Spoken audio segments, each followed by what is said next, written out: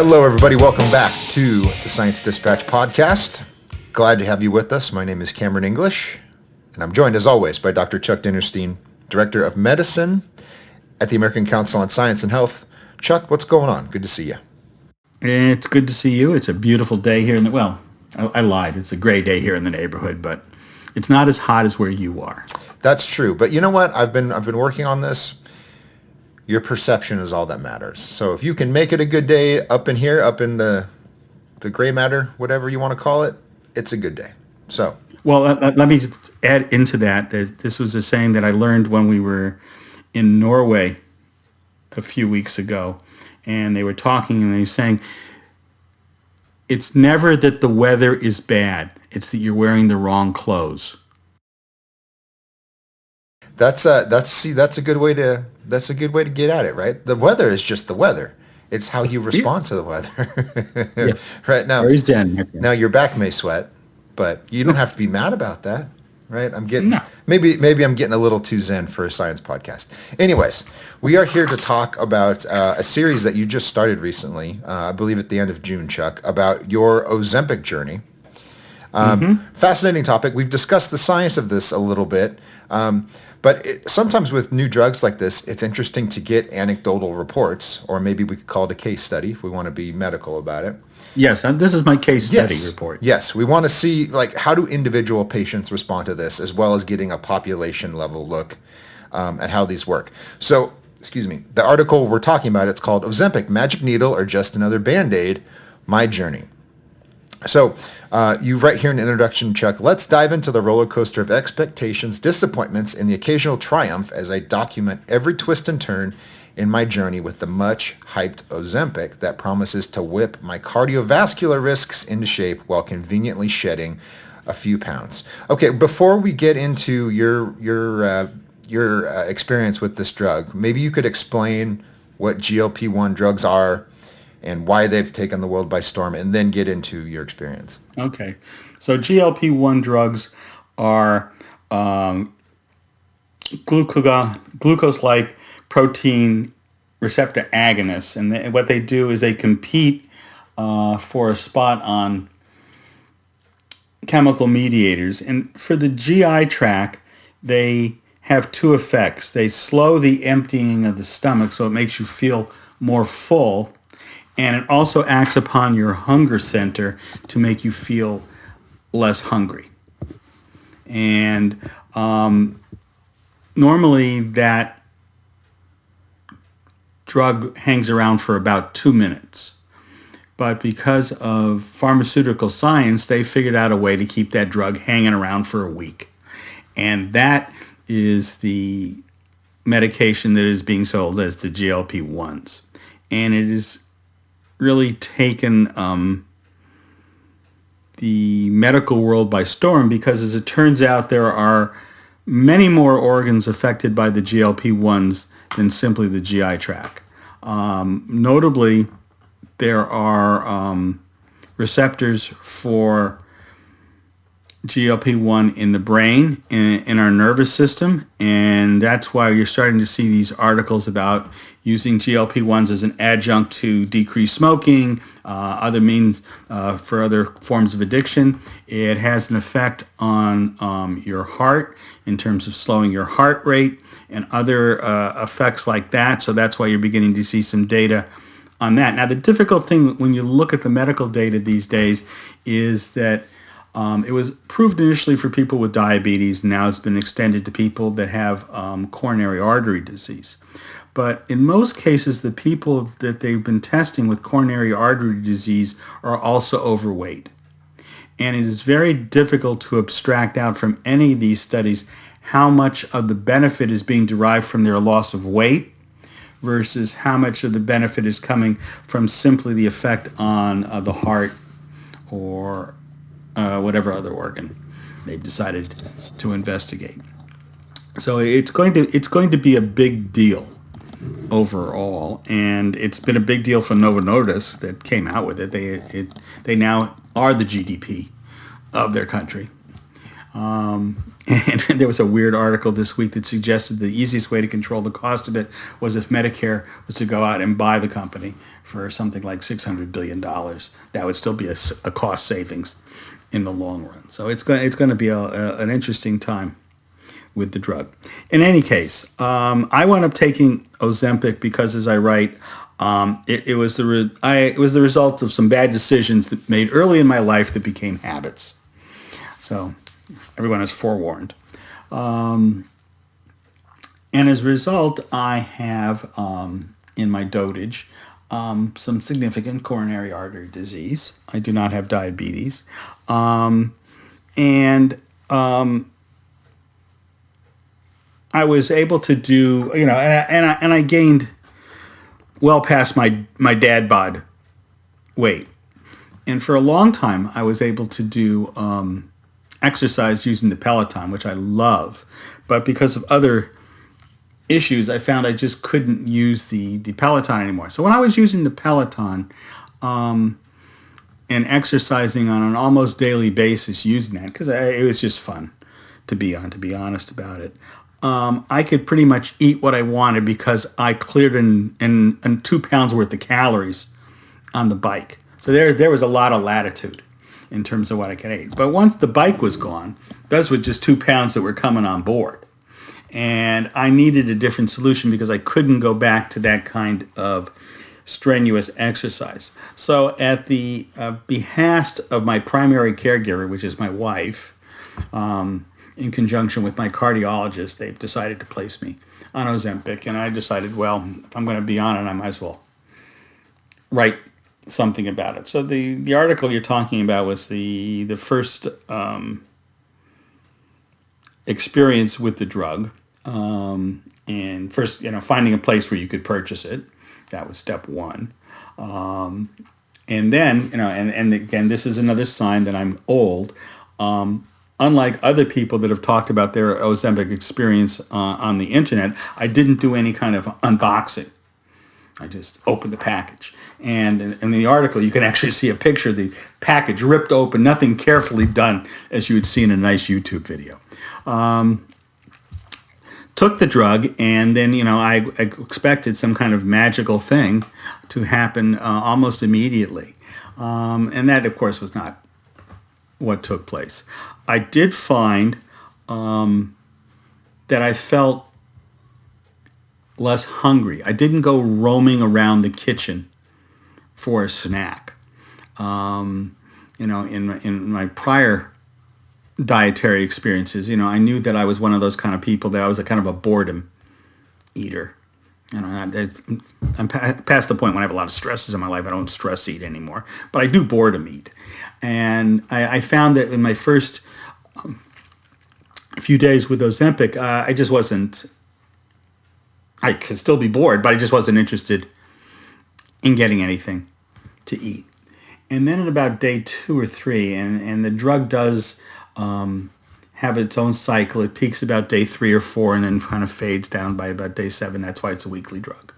I found that I just was not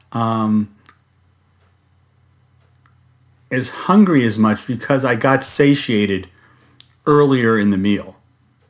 And I found that, if you ate slowly, you could even eat less because, if you got satiated, say at about, 15 minutes, depending on how you wolf down your meal. I mean, if you eat 5,000 calories in 10 minutes, it's not going to do anything.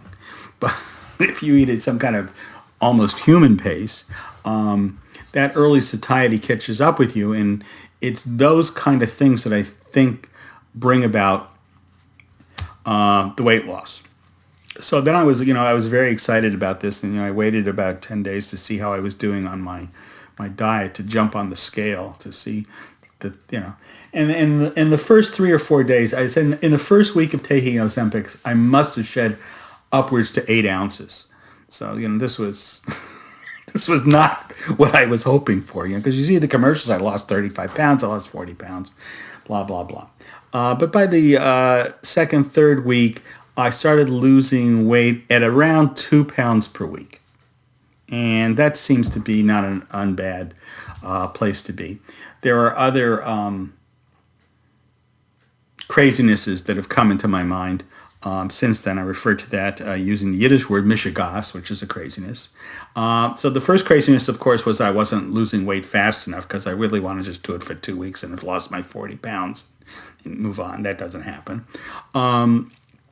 And then, of course, once you start losing weight, because I'm a physician, I know that we lose weight, but we also lose protein. And protein is not stored. There's no storage of protein in our body. And so when you lose protein, you're losing functionality. You're losing muscle mass, so you're losing strength. You're losing enzymes, which means you're impacting your immune system. So I started to become crazier about making sure that I had enough protein in my diet. So if you're looking to think that Ozempic is going to get the craziness out of your life, not necessarily the case. You can carry it along. What I've concluded so far is that I think that Ozempic, in conjunction with some better dietary choices and better dietary habits in terms of portion size and not stress eating, not boredom eating, works very well. Ozempic gives you the space to get some new habits.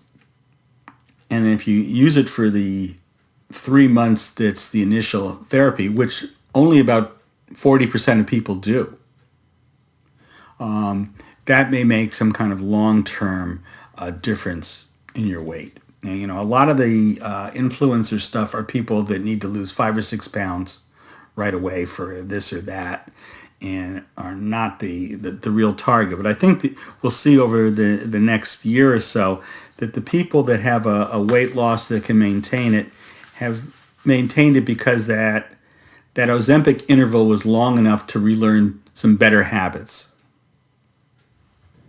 So that's my 2 cents. I'm starting to draw some parallels between other interventions.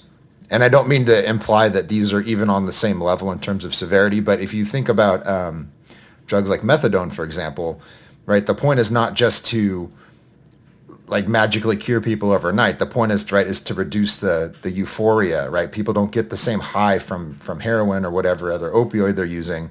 And then over time, you're trying to either balance them out or wean them off so they can get off drugs entirely.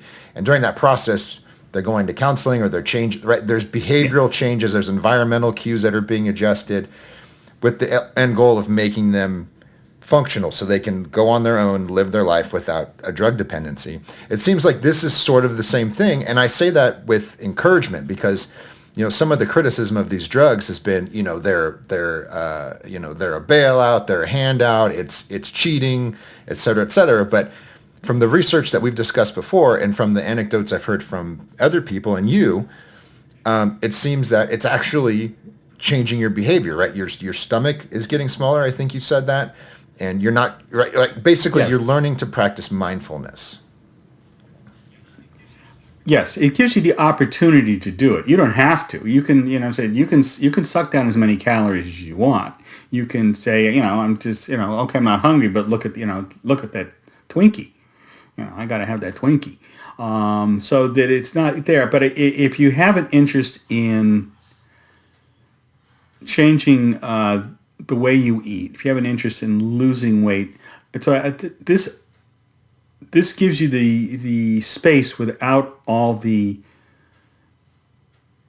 physiologic pushes to make those changes. And and if you believe the idea that if you do something for 30 days, it starts to become a habit, it's not a bad thought. So now I'm out at about 6-7 weeks. So I'm going to write about a little bit about this in the next week or two. There's a concept called tachyphylaxis. So you just get used to the drug. And so it doesn't have as great an effect upon you. And I see it. I mean, I will see towards the end of that 7-day cycle that, things are starting to look more appealing again. I can remember that feeling. But I say, I don't have to bother. This is just a thought going through my head. and how I respond to it is my choice. So I don't have to go into the kitchen and find something to eat. I can go off and do something else. And I think that that's where it's going to have its greatest impact on weight. But we'll wait and see. Yeah. We'll see. Yeah, really fascinating stuff. But that seems to speak to the fact that it's actually changing your habits, and it's changing the way you approach food, right? It seems like it's doing. No, I think you're changing your habits. That's you have to make the change in your habit. But the drug takes away all the bad drivers. Yeah, so maybe maybe this is not quite, but it's sort of like a metabolic reset. Like it brings you up to the level where then you can say, oh, this is a good choice. I don't really have to stand here until I decide to eat way too many, pieces of drug. Yeah. Yeah, well, I think your methadone example is good. The methadone takes out the addictive quality there. It takes out the high, takes out the need to run out because there's going to be there. So now you have that space in there to change many of your other qualities. I think that we've talked multiple times about vaping, and I think that vaping has a role there too. I think the problem, and one of the reasons you don't see as big a reduction with vaping, is because vaping still allows for a lot of the social behavior that goes along with smoking. You can still, instead of getting up in the morning and having a cigarette with your coffee, you could vape with your coffee. Or, come on guys, let's go outside and we'll take a 10-minute vape break, and shoot the shit with the guys. That part is not gone. And that may make it more difficult to see the same degree of harm reduction. That, on the other hand, as you see the GLPs getting used in families that everybody's obese and only one member of the family is using the GLPs, you may see the same kind of social contagion at play. We just don't know how it's going to play out yet. Yeah, we're going to have to follow it. But I find that so encouraging as someone who's really struggled to maintain a reasonably healthy weight over the years. Those environmental cues, that's so big, and like giving people the space, as you say, to make a better decision, that's huge. And it's not going to be overnight, but in 10, 20 years, if, we're using this appropriately and it's available to people at a reasonable price, this could be a big deal, in a way that we never, right? No one's going to have to make Super Size Me 3 and talk about, how addictive fast food is or whatever. Yes. And if you think about, the recidivism rate for diets, then there's also a place for, coming back to use this for a month to get back on track. Because my experience has been is that it turns off the physiology, the same kind of physiology that we talked about with synchronicity on a prior podcast. We're interfering with that kind of basic human physiology and perhaps using it for the good. Really cool stuff. Really exciting. I'm glad we're talking about this. Hopefully we'll get to report more encouraging results like this. And of course, Chuck's going to keep writing about it, and we'll see what happens. In the meantime, follow us on social media. It's at ACSH.org on Twitter. I'm at CamJ English. Send us your questions, your comments, ideas for the show. If they're good, we will talk about them. Also, go to our website and click the subscribe button at the top. It's acsh.org. Punch in your email address. We'll send you all these stories right to your inbox, so you can read them. And then when you show up for the show, you go, hey, I know what they're talking about because I read that article. So prime yourself to learn a little bit more. Thank you as always for joining us, and we will see you next time.